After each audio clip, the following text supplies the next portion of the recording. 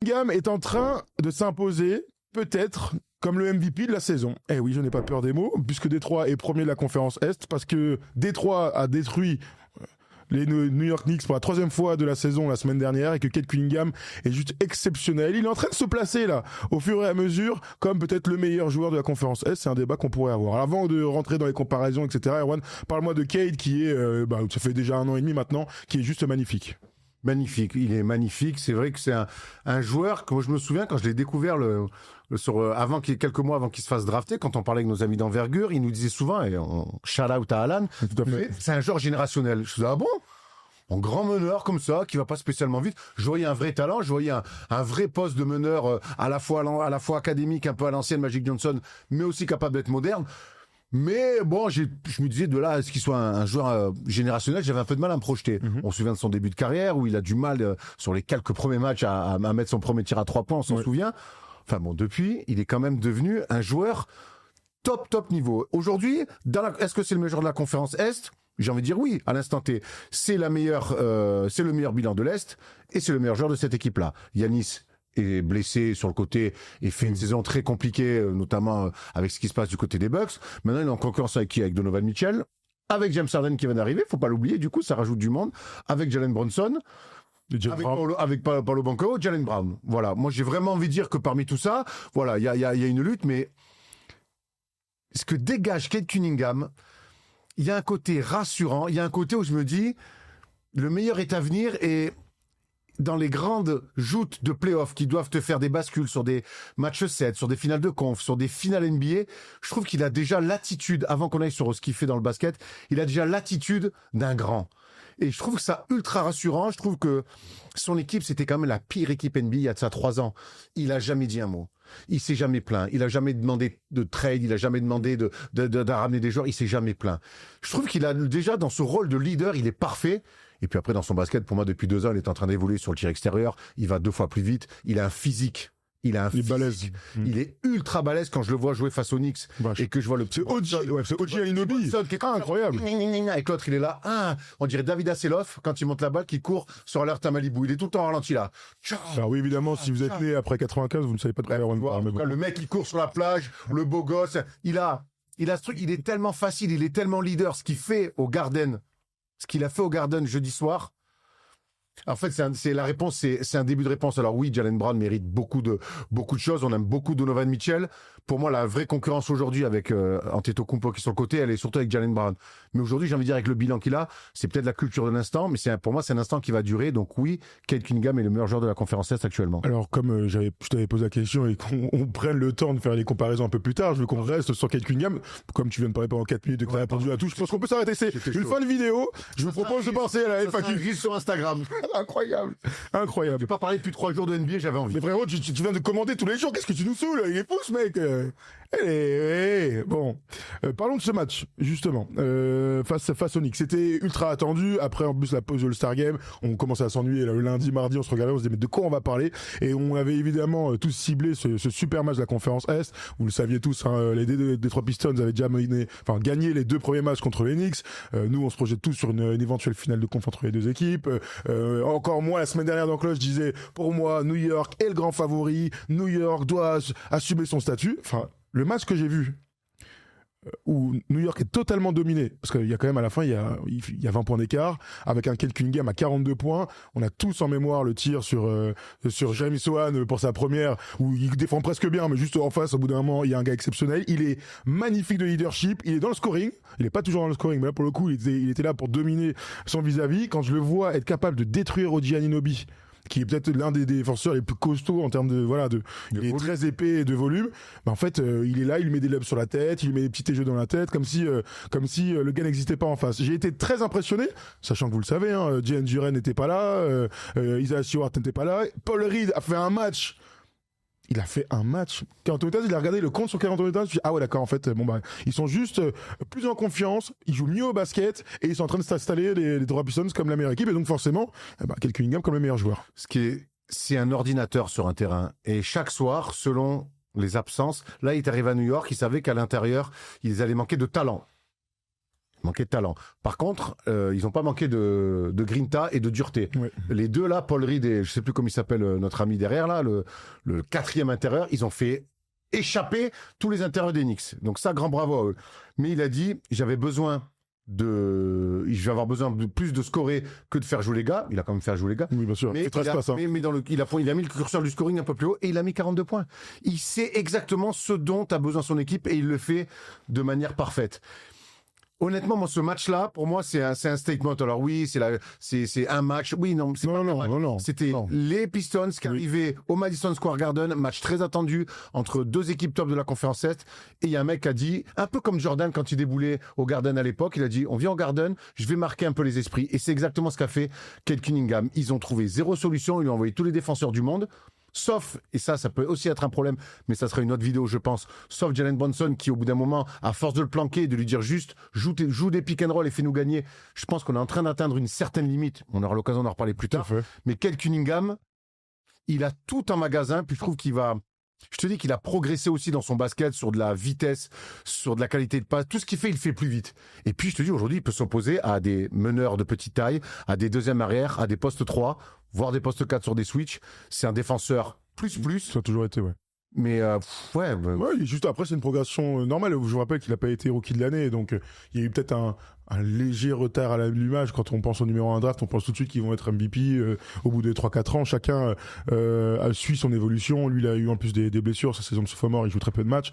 Donc, il y a aussi une évolution un petit peu naturelle. Le gars dont tu parlais, c'était Tolu Smith qui était là. Évidemment, Javonte Green a été lui aussi très bon. Enfin, de toute façon, Tobias Harris a fait un super match. Ils ont tous été excellents. Tout à l'heure, je parlais de la confrontation avec New York pour finir là-dessus.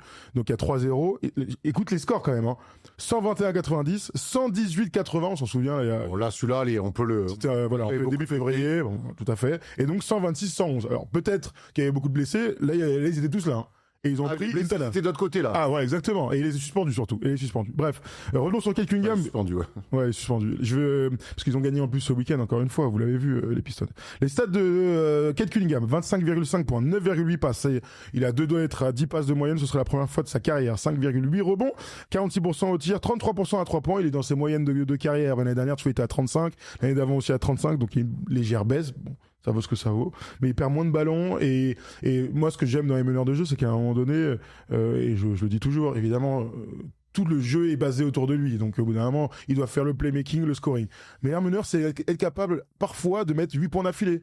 Surtout quand tu es une star comme ça, c'est de prendre les responsabilités d'un point de vue du scoring, et c'est exactement ce qu'il est capable de faire. En plus d'être un gars ultra clutch, on le sent depuis toujours. Ça pour le coup qu'il a la fibre, l'ADN glacial des fins de match. Ouais. Puis il sent le jeu, il sait quand ça doit être ses moments, quand ça doit être des moments avec d'autres. Je pense il y avait quand même beaucoup de mecs autour de lui qui scoraient. Ils ont fait quelques traits. Ils ont beaucoup bougé, pour un peu rééquilibrer autour de Cade Cunningham et de Jalen Duren quand même, faut pas l'oublier. L'axe 1-5, on revient aussi à ces constructions d'équipe qu'on aime bien, un peu à l'ancienne, un meneur, un poste 5. Après le reste, tu peux toujours trouver, tu peux toujours penser, mais si tu as des certitudes sur ces deux postes-là, derrière, après tu peux, si tu as un coach un peu qui a des idées, tu peux construire de manière très intéressante. Moi, j'adore voir son évolution. Tu as raison, il est pas rookie de l'année, mais il a tout l'attitude et le bagage. Moi, en fait, quand je le vois jouer sur ce match au Knicks, je fais, ouais, mais ce mec-là, un jour, il ira en finale NBA. Ce mec-là, un jour, il va être champion NBA. Ce mec-là, il peut être un jour MVP. Tu vois, alors oui, il y a des mecs comme Jalen Brown qui sont en avance parce qu'ils sont plus vieux déjà, mais parce qu'ils ont gagné des titres NBA, ils sont MVP des finales NBA. Très bien. Mais je vais pas rentrer dans une comparaison directe, mais tu sais, des fois, il y a des attitudes, comme quand chez, à un moment donné, il y a eu une bascule. On a vu des attitudes où on s'est dit, OK, il y a lui et les autres. Et je trouve qu'avec Cade Cunningham, cette année, on est là-dedans. On n'est plus dans, ah ouais, pas mal. Là, on est des, OK. Il confirme, juste. Voilà. Il confirme au plus haut niveau. Il y a lui et les autres. Quand il a envie, certains soirs, il y a lui et les autres. Et je trouve qu'il est dans un environnement qui est très sain, dans une équipe qui est bien construite, bien pensée. Et puis la dureté, quoi. La dureté, il est beau, élégant à avoir joué, facile, mais jamais il tombe dans la facilité. Ouais. Ça c'est quand même une vraie qualité. Ouais, c'est bon signe. Il a 24 ans aujourd'hui. Les Pistons, quand même, ils sont sur une série là, je regardais tout à l'heure. Ils sont à, faut voir, 1, 2, 3, 4, 5, 6, 5 victoires de suite. Ils sont à 8 victoires sur les 9 derniers matchs. Ils sont à 11 victoires sur les 13 derniers matchs. Je pourrais remontrer comme ça, au vu de leur des prouesses des derniers temps. Tout à l'heure, j'ai dit premier de la conférence Est, mais ils sont bien premiers de la NBA. Ils sont passés devant OKC il y a quelques semaines, enfin quelques jours. Et donc maintenant, les Pistons, qui étaient il y a 2 ans, c'était il y a 2 ans pour la saison rookie de Victor. Vous vous souvenez, ils avaient enchaîné c'était le record de l'histoire de la NBA, un nombre dingue de défaites. Et donc maintenant, ils se retrouvent premiers de la conférence. C'est quand même magnifique. Tu sais qu'il avait eu un petit problème au poignet. Ouais, bien sûr. Ouais, ouais. Où il a pioché. Et encore une fois, pas de drama, pas de mots. Il a rien dit. Il s'est jamais plaint. Lui, il avait mal au poignet, ce qui est quand même au poignet au basket. C'est ça peut servir un poignet. Oui. C'est ça. T'es en bas. Je crois que sur 7-8 matchs, il a pioché 7-8 matchs en NBA. Ça peut commencer à faire beaucoup. Il a rien dit. Il a bossé. Il est revenu à son meilleur niveau. C'est aussi ça qu'on j'aime chez Cade Cunningham. Il parle très peu. Et quand il parle, c'est toujours ultra intéressant quand il raconte sa vie. Je me souviens je crois que c'était avec Kevin Durant dans un podcast où il raconte que quand il était en high school, sa copine tombe enceinte. Et il se dit, bon, mais c'est fini le basket pour moi, il va falloir que j'aille bosser. Comme tous mes potes qui ont été papa jeunes, en fait, moi, je peux pas jouer au basket. Donc, c'est un mec, en fait, qui a un rapport au basket. C'est un passionné, mais qui est très pragmatique quelque part, tu vois. C'est un mec qui s'est vu dire un jour, j'arrête de jouer au basket.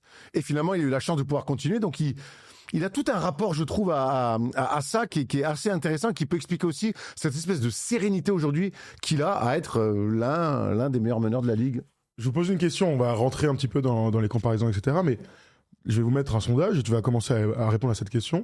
Est-ce qu'on commencerait pas à réfléchir à une candidature sérieuse quant au titre de MVP pour Cade Cunningham dès cette saison? Si, il faut. Alors est-ce qu'il va l'être? Je sais pas, mais il faut en tout cas que Cade Cunningham aujourd'hui soit considéré pour être un potentiel MVP. Il a des stats de MVP, il a le meilleur bilan de la ligue, et non pas que de la conférence Est, il a le meilleur bilan de la ligue.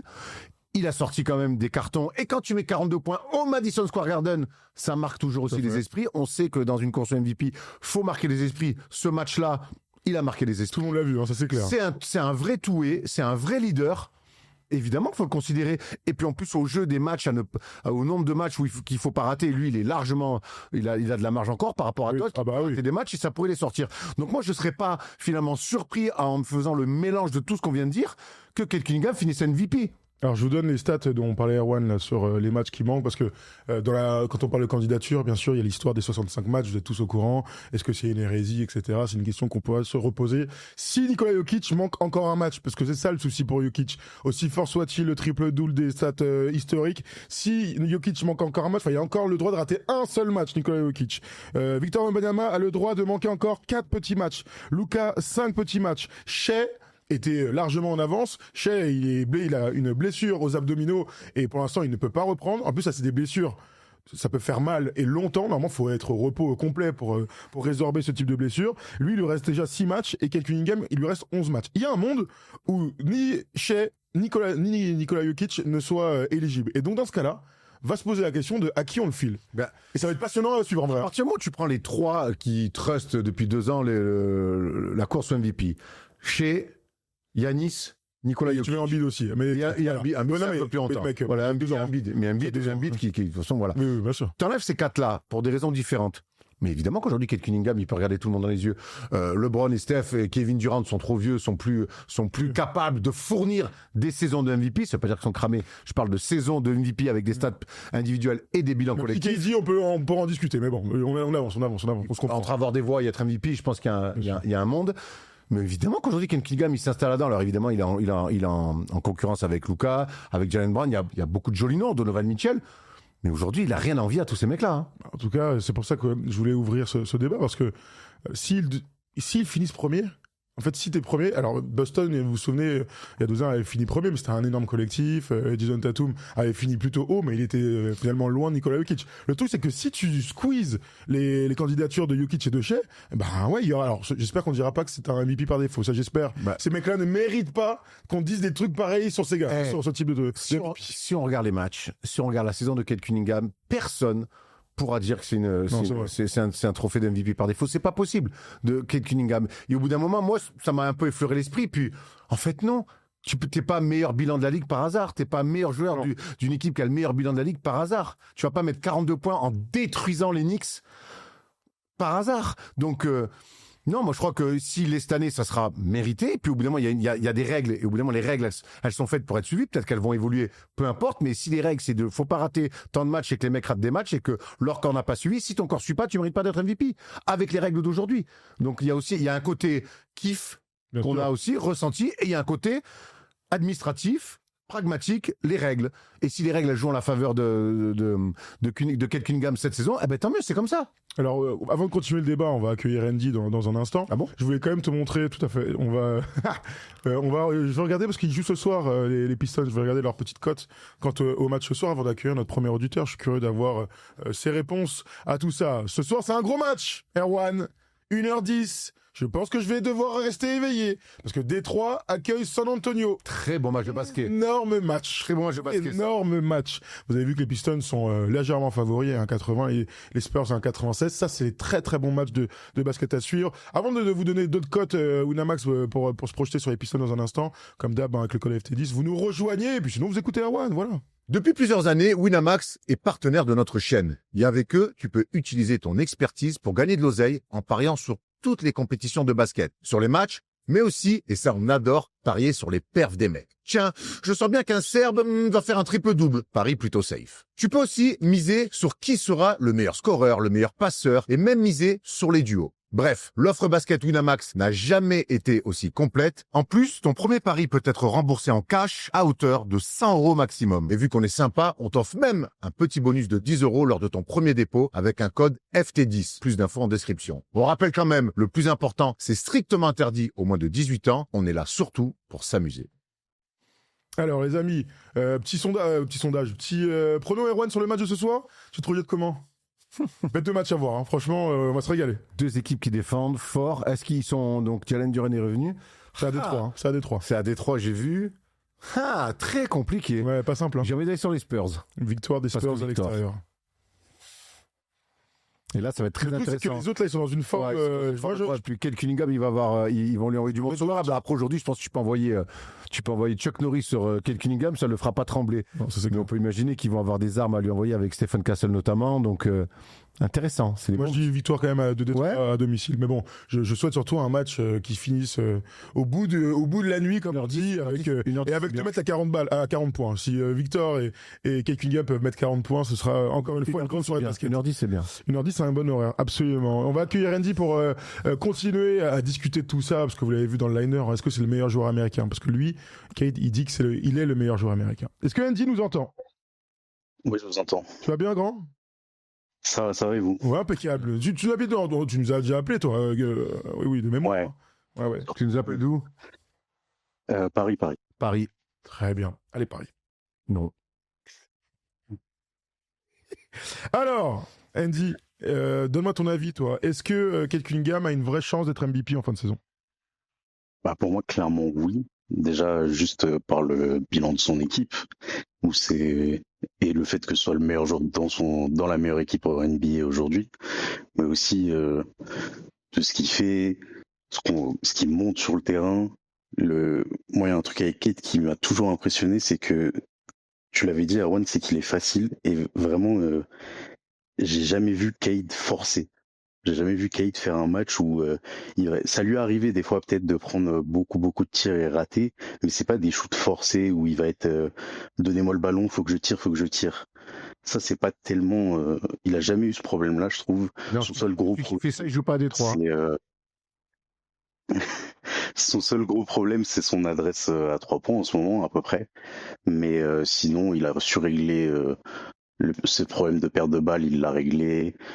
Et en fait, je trouve que c'est clairement un joueur qui fait tellement de bien à une équipe. C'est-à-dire que tout le monde autour de lui rayonne parce qu'il est là, quoi. Non, mais on a vu quand t'as des meneurs, de toute façon, au-dessus du lot, ça se voit très vite dans tes résultats collectifs sur quelques années. On a vu Lucas arriver à Dallas, on a vu Dallas changer de dimension directement. Quand Steph a commencé à régler ses problèmes de cheville avec les Warriors sont devenus une équipe surdimensionnée. James Harden, il arrive à Houston, boum, il décale sur le poste de meneur. Alors il joue un peu deuxième arrière, mais il joue meneur. Directement, il emmène Houston sur une équipe. Alors il y aura plein de mouvements. Bref, c'est peut-être pas le meilleur exemple. Damian Lillard, quand il est rookie, il arrive à Portland. même s'il y a du monde. Enfin, les grands meneurs, très vite, tu le vois parce qu'il y a des résultats collectifs. Et lui, il fait partie de ça. Et lui, il arrive vraiment, dans toutes les équipes que je viens de citer, la pire atmosphère, c'était Détroit, qui était une équipe à la ramasse. Complètement. Il y a 3 ans, c'est la risée de la NBA, là, Détroit. Mais avec, Vous avez Monty Williams, catastrophe, etc. T'as raison. et avec lui, tu sens tout de suite que avec des grands joueurs comme ça, tu peux que bien l'entourer. Ils ont bien drafté, avec Jalen Duren notamment, puis ils ont fait des petits moves intéressants. À droite, à gauche, mis quelques vêtes. On pense à Tobias Harris, qui Tobias Harris. Quelques vêtes. Ah, quelques vêtes, pardon. T'as compris quoi? Michael Cuvette. Michael Cuvette. Ce mec, tu te trompes avec Jenkins. J'ai entendu Michael, que je me suis dit, ça a 2 flics à Miami, en fait. Pas du tout. J'ai dit avec quelques vêtes. Donc, mais en fait, je veux rien enlever à Détroit, mais quand t'as un joueur comme ça, t'as pas le droit de te tromper dans ta construction. Sur 5 ans, t'es obligé à minima, à un moment donné, d'avoir une équipe qui doit avoir un niveau demi-finale de conf à grand minima. C'est presque trop facile avec des joueurs comme ça de construire autour. Non, parce qu'il est très fort. Sachant qu'au début, vous vous souvenez des problèmes structurels de Détroit, c'est qu'il avait aucun shooter fiable. L'année dernière, ils font une bonne saison parce que il y a Tim Hardaway Jr., parce qu'il y a Malik Beasley. Alors, les deux ne sont plus là, mais Duncan Robinson est arrivé et fait l'excellent taf. Tobias Harris fait une vraie bonne saison. Ron Holland et le petit Jenkins qui est une belle découverte. Caris LeVert qui est bien dans la rotation. Jenkins, sacrée découverte. Un pétard ambulant, les mecs. Il lui a envoyé un C'est qui ces mecs là? Mais c'est qui ces mecs? Et ces mecs sont pas draftés. Ouais, c'est clair. Ça veut dire qu'il y a des mecs qui ont dit non, lui il peut pas. Ah bon, il peut pas? Ben, je pense qu'il y a des scouts, des fois, il faudrait faire un petit, tu sais, comme les mecs à plus de 70 piges quand tu veux faire un contrôle du permis. Ça en place. Ça devrait être pareil un peu pour les scouts. Parce que les mecs qu'on dit Jenkins, il peut pas jouer NBA, je pense qu'ils sont pas faits pour être scouts. Après, on connaît ce profil de combo. Ringalet. On a réussi à faire tout ça sans parler de JB Biggerstaff et sans parler d'Ausar Thompson, ce qui est clairement une faute de goût de notre part. Avant qu'on continue à parler des meilleurs joueurs américains, Andy, comment tu te positionnes sur une éventuelle finale NBA de Détroit, ce qui serait quand même une sacrée folie? Finale NBA, ce serait incroyable. Déjà, je pense que tous les fans de Détroit, déjà ce qu'on voulait de base, c'était juste passer un tour.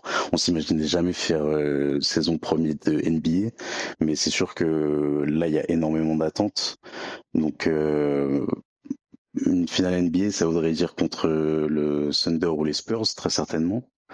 2 équipes qu'on n'a pas encore jouées. Là, on va jouer les Spurs ce soir. Ça va être très intéressant de voir ce match. Et je pense que honnêtement, on a largement les armes pour battre à peu près tout le monde, vu que il y a cet adage qui dit la défense gagne des matchs et il n'y a pas énormément de défense plus forte que celle de Détroit cette saison. Ça, on te rejoint tous là-dessus. Je te fais un petit élément de contexte. Là, cette saison, ils sont à 76% de victoires. Aujourd'hui, ils sont à 42 victoires, 13 défaites. Ils sont quand même sur les bases de la 3e meilleure saison de l'histoire de la franchise. Donc une franchise historique, celle des Pistons. La meilleure marque, c'était 2005-2006. Ils font 64 victoires. 88-89, ils finiront champions, 63 victoires. Et après, ils ont 2 saisons à 59. Donc là, on est sur les bases d'une saison tout simplement historique. S'ils font 60 victoires, ce serait quand même un sacré statement dans une franchise qu'on adore, qui a quand même 3 titres. T'as raison de remettre dans le contexte de l'histoire de la franchise, qui est une belle franchise. Et il faut les remettre aussi dans le contexte de cette année. On le dit, on le répète depuis le début. Cette conférence Est, cette année, il y a tout pour que l'équipe sortante à l'Est, ça soit une surprise. Donc pas les Knicks.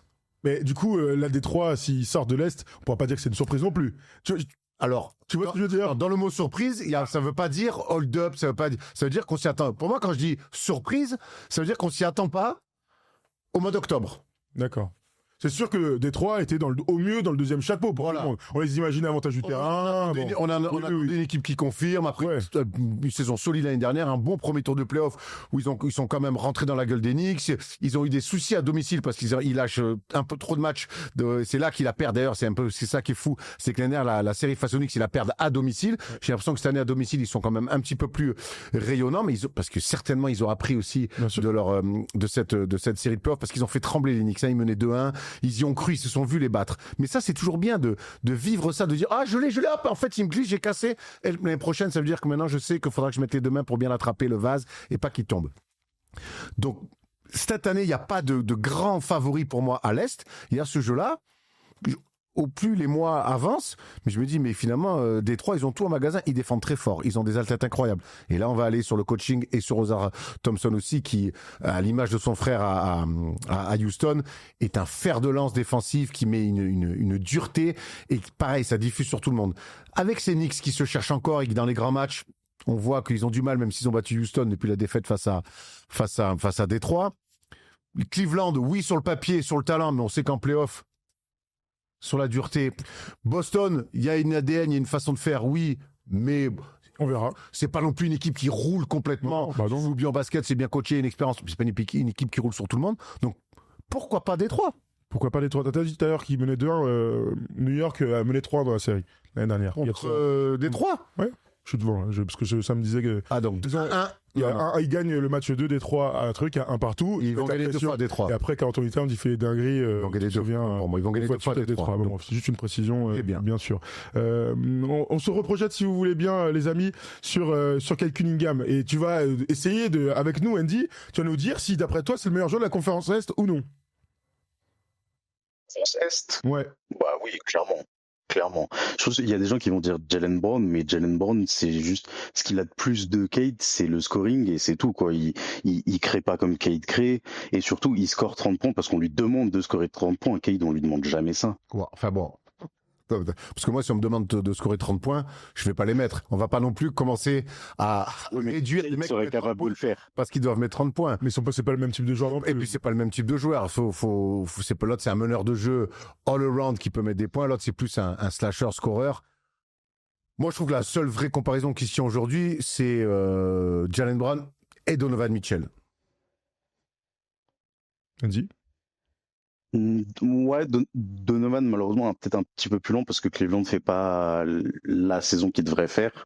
Mais oui, s'ils arrivent à bien remonter, peut-être oui. Mais moi, je pense que Cade est passé bien devant Donovan cette saison. Et je pense que vraiment, il y a plus Jalen Brown où c'est vraiment plus serré entre les deux, quoi. Moi, je te rejoins un peu là-dessus. À partir du moment où Yanis est dans ses histoires blessé et qu'on le revoit pas, il y a une vraie concurrence entre Jalen Brown et Kyle Cunningham. Le fait, mine de rien, quand même, que Kate soit premier aujourd'hui avec les honneurs, avec des statements. Il y a 3 semaines, j'aurais dit Jalen Brown, mais c'est l'avantage d'une saison NBA, c'est que toutes les semaines on peut redistribuer des cartes. Et là, à l'instant T, j'ai envie de croire que Kate Cunningham est le meilleur joueur de sa conférence, mais ils sont tous à peu près dans les mêmes sphères. T'as des bons moments, des moins bons moments, et voilà, il y a des séries de défaites, des séries de victoires. Pour l'instant, il y a tout va bien à côté des trois, donc ce serait difficile de pas le mettre meilleur joueur de la conférence Est. Ouais, mais en fait, depuis le début de saison, il est toujours placé. C'est vrai que quand on fait la vidéo de Noël où on parle de qui est le MVP, Kate Cunningham, il arrive très tard. On parle très peu. Puis c'est presque une mention. Ouais. Mais il est toujours là. Il est toujours là. Puis encore une fois, comme dans les matchs, quand ça compte, tac, il se montre. Une belle série de victoires, une belle sortie du côté du Madison Square Garden. Et petit à petit, il va s'installer comme il va nous mettre la graine qui va nous dire mais en fait si c'était pas lui le MVP de l'année. Donc après il y a d'autres mecs qu'on doit citer, on n'a pas parlé d'Eric Maxey, bien sûr, entre autres notamment, mais je sais pas, il dégage un truc. J'ai l'impression qu'il a les épaules pour assumer tout ça.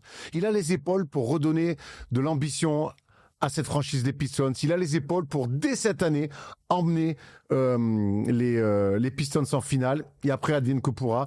Je trouve qu'il a les épaules pour emmener aussi toute cette équipe-là en disant, les gars, suivez-moi. J'ai l'impression que tout le monde a envie de jouer pour lui aussi. Oui, c'est des fois ce qu'on avait pu reprocher à Devin Booker jusqu'à son run en finale NBA. On avait dit, ok, là, on retrouve un leader. On voyait un mec qui emmenait tout le monde avec lui. C'est toujours un peu, là, on n'est plus de savoir si entre les plots, tu vas plus vite qu'un autre. Là, je te parle de ce qui différencie tous ces grands joueurs. C'est le leadership, c'est cette manière d'être un patron, un général. Et là-dessus, j'ai l'impression que lui, c'est un grand de grand. Il s'est autoproclamé meilleur joueur américain. Vous savez que ça, c'est un truc qui nous passionne depuis longtemps, puisque la NBA est devenue une ligue tellement internationale que les 3 ou 4, voire 5 meilleurs joueurs sont non américains, donc pour notre plus grand plaisir. Mais la question, quand même, c'est de savoir qui va reprendre le flambeau. Jason Tatum étant blessé, c'est lui le plus régulier des dernières années. On disait tout à l'heure, KD, Steph et LeBron sont sur le déclin, et c'est tout à fait normal. Même si KD fait une saison exceptionnelle. Il nous reste des mecs là, Jalen Brown, Anthony Edwards dans la conférence Ouest. C'est qui, d'après toi, Andy, le meilleur joueur américain? Est-ce que ce serait pas Kay du coup? Honnêtement, je pense que Anthony Edwards, il a une très bonne cote là-dessus. parce que au-delà des stats et de ce que tu fais sur le terrain, il y a aussi tout l'extra et il est extrêmement flashy, Anthony Edwards. Donc c'est pour ça que je pense que lui, il peut récolter beaucoup plus de votes et être. Les gens vont plus se voir sur Anthony Edwards que sur Kate, qui est un peu plus discret en quelque sorte. Ou alors, il est un peu plus discret et on va pas enlever Anthony Edwards. Team USA, aux Jeux Olympiques, on va pas enlever Anthony Edwards, 2 finales de conférence. Aujourd'hui, moi, je vais dire Anthony Edwards parce qu'il faut prendre toute l'œuvre. Ça veut pas dire que ça sera figé. Mais pour moi, aujourd'hui, Anthony Edwards a une avance sur Kate Cunningham. Voilà, il y a la saison, il y a ce qui se passe, il y a les dernières semaines. Mais il y a quand même Anthony Edwards. Et encore une fois, dans la conférence Ouest, n'oublions jamais ce que c'est d'arriver 2 fois d'affilée, alors que t'es pas attendu, avec une année Karl Anthony Towns, boum, il est tradé après entre May et Randle, et lui, 2 fois d'affilée, va quand même en finale de conf. Donc, on attend peut-être encore plus d'Anthony Edwards, qui montre à quel point il est fort, mais il a quand même amené certaines certitudes déjà, pour moi, aujourd'hui, considéré comme le meilleur joueur américain. Ils ont le même âge, hein. Ils ont le même âge, ça c'est quand même assez dingue, ils ont 24 ans tous les deux. Anthony Edwards, pour moi, il est en avance parce qu'il a plus de références, tout simplement. Les deux runs de playoff dont tu viens de parler, Team USA, voilà, c'est des... tu vois, factuellement, aujourd'hui... ce serait quand même osé de dire que Kate Cunningham est au-dessus dans la hiérarchie des joueurs américains. On attend de voir Kate Cunningham passer un tour de play-off. Il était 7e du MVP l'année dernière. Anthony Edwards a aussi fait 7e du MVP. Ils sont en train de se batailler. Le problème, c'est qu'il n'y a pas un gars pour l'instant qui se détache dans toute cette génération. Hein. Il y a pas un mec qui se détache. Non, mais il y en a beaucoup qui... Il y a beaucoup de mecs. Les Maxi, Cunningham, Jalen Brown. Jalen Brunson aussi. Hein, Jalen Brunson... Mais Jalen Brunson, parce que j'allais parler de LA 2028, Jalen Brunson en FIBA, faut absolument pas l'appeler. Hein. On l'a vu déjà. Oui. Vous avez vu, KD a dit qu'il était chaud d'y aller. Hein. Objectif LA 2028, KD. Hein. AJ Dibansa, quand il était venu ici en interview, je lui avais dit, mais en 2028, tu vas y être, toi, j'aimerais bien. Il fait, mais il y aura KD encore. Bah ouais. Je fais, ah bon, tu crois qu'il sera là? Il fait, tu vas voir, il sera là. Allez voir l'interview avec AJ Dibansa, il le dit. C'est disponible bien sûr sur la chaîne. Hein. Vous y allez. L'équipe de 2028, elle va être très cool à regarder. Ça fait la nôtre aussi. Qui ça? L'équipe de France. Ah, la nôtre aussi, bien sûr. De toute façon, le meilleur joueur des JO, il est français, donc évidemment. Alors que le tournoi n'a même pas commencé. Et sachant que l'équipe de France est même pas qualifiée, surtout. Voilà. Ne faisons pas trop les barbeaux. Bon, alors, le meilleur joueur américain, c'est qui, Erwan? Moi, c'est Anthony Edwards. Anthony Edwards. Ok. Et toi, Andy? Ouais, Anthony Edwards, je suis d'accord aussi. On reste plutôt sur Anthony Edwards. Mais bon, attends, c'est MVP, on en discute. C'est pas le choix de Sophie, c'est pas parce que un est bon que l'autre est cata, honnêtement. Par contre, je pense que aujourd'hui, dans la course au MVP, pour moi, Kate Cunningham est devant Anthony Edwards. Ah bah, sans aucun doute. Voilà, donc tout est... Oui, bien sûr, mais c'est pour ça qu'il y a plein de questions. Voilà, exactement. C'est pour ça qu'il y a plein de questions où il y a quelqu'un qui parle de Kawhi Leonard, évidemment. C'est un mec qu'on doit citer aujourd'hui. Quelqu'un nous parle d'Ali Burton, mais bon, les mecs sont blessés, c'est difficile de parler d'eux. J'ai pas cité le nom de Devin Booker. On parlait de Team USA. Devin Booker, il est dans le 5 de Team USA à Paris. Donc voilà, c'est des bonnes questions à se poser, mais je me rends compte, en fait, plus on en parle, plus on se dit que ils sont tous à peu près pareils. Il n'y a pas un gars pour l'instant qui est au-dessus des autres. Hein. Oui, il n'y a pas un gars qui ressort. Il n'y a pas le Leonardo DiCaprio ou le LeBron James, ça pourrait rester dans le basket, mais il n'y a pas un gars, tu vois, qui domine. Je prends Leonardo DiCaprio pour dire qu'il n'y a pas la star d'Hollywood. Ouais, tout à fait. Tu vois, Kobe était la star d'Hollywood. KD, Curry, LeBron, c'était des stars d'Hollywood. Tu vois, dans ce côté, je dépasse le cadre des terrains. Aujourd'hui, on a des joueurs exceptionnels. Il n'y a pas encore un mec qui est mondialement connu. Non, c'est vrai.